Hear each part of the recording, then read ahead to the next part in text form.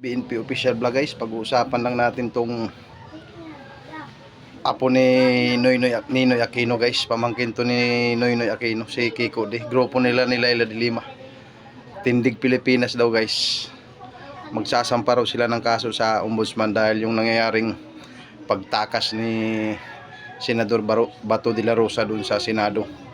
Sinampahan daw nila ng kasong sina Ispy Cayetano Alan, Robin Padilla, Maup Aplaska, at saka si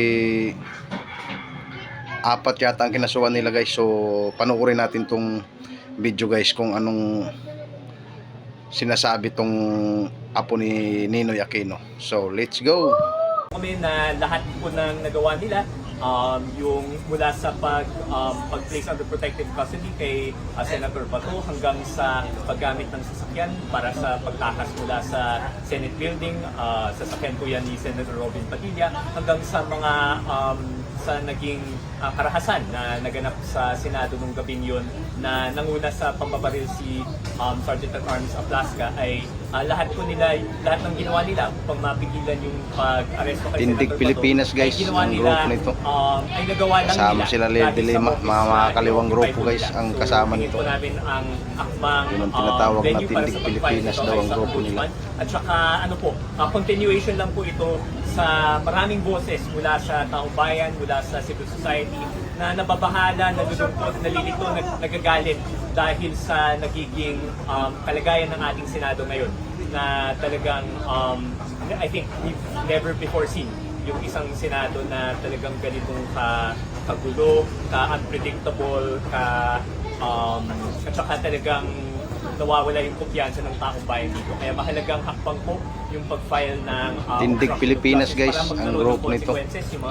Kasama sila Laila de Lima, mga kaliwang grupo guys ang kasama nito. Para sa mga issue na ito, para yung tinatawag na Tindig Pilipinas daw ang grupo nila. ko lang po that we have forwarded a copy of our complaint to the ICC.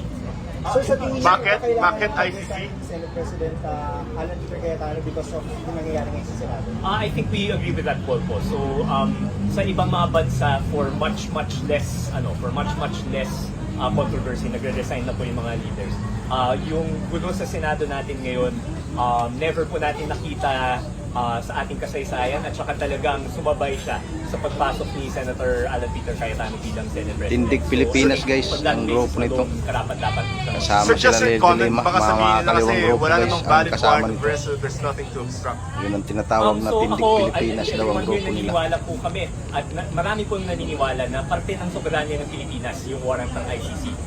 Pusa po tayong pumasok dito noong 2011 at bagamat umalis din po tayo dito noong 2018 ay kahit yung mismong Supreme Court, lahat ng mga legal na institusyon dito sa Pilipinas ay kumikilala sa autoridad ng ICC para sa period na naging parte po tayo doon. So from 2011 hanggang 2018. So I think yung kung gusto po nating panindigan yung ating soberanya, kailangan po nating tuparin yung pag-file ng arrest sa Tindig Pilipinas. So ayun guys, napanood natin. Anong masasabi nyo doon sa sinabi tong mga makakaliwang grupo?